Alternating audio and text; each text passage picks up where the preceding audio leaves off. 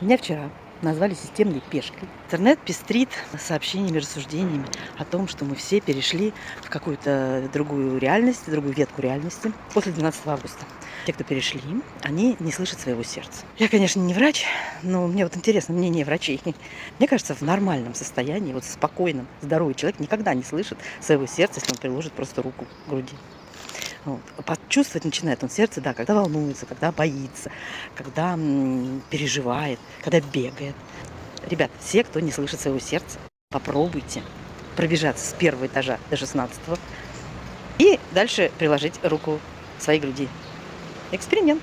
Вы знаете, что меня удивило? Многие реально всерьез в это верят и даже спорят с таким опломбом, с таким вообще азартом. Вот это сумасшествие по поводу сердца, мне кажется, какая-то ерунда. Друзья, ну а вы верите во все это, во все эти переходы в другую ветку реальности? Слышите ли вы свое сердце? И вообще, как относитесь к этой новой истерии?